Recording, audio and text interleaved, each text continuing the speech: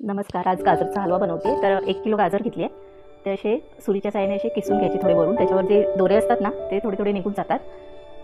असे सगळे किसून घेते वरून. असे जे खराब असतात थोडंसं ते पण काढून घ्यायचं. स्वच्छ करून घ्यायचं गाजर. स्वच्छ धुवून घेतलेत आधी मी आणि मग त्याच्यावरचे जे दोरे असतात ना, ते निघतात. मग 2 भाग करून किसणीवर किसून घ्यायचे. असे पूर्ण गाजर सगळे किसून घेते.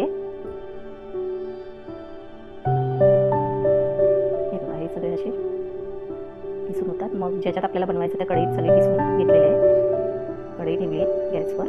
आता याच्यामध्ये 1 किलो गाजर आहे ना, तर मी 1 लिटर दूध वापरलं आहे. तर अर्ध मी आत्ता टाकणार आहे आणि थोड्या वेळाने जर आटत आलं की मग अर्ध त्याच्यामध्ये घालणार आहे. हे बघा, थोडंसं दुधामध्ये मिक्स करून घेतलं आहे. गॅस फुलच ठेवला आहे. असं दूध ओतू पण जातं. मग तसं थोडं असं साईडला करून घ्यायचं. असं मध्ये हलवा गाजर घ्यायचा किसलेला, म्हणजे ते सारखं परतत राहायचं, नाही तर दूध ओतू जातं. आता मग थोडा आटल्यावर म्हणजे शिल्लक होतं दूध, ते पण याच्यामध्ये ॲड केलं आहे.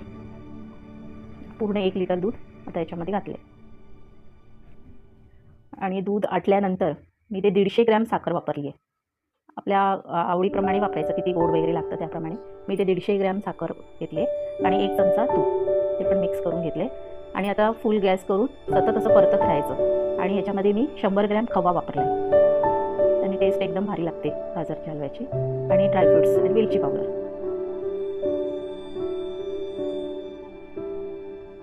हे बघा, सगळे आपण ड्रायफ्रुट्स ॲड केले. वेलची पूड पण टाकली.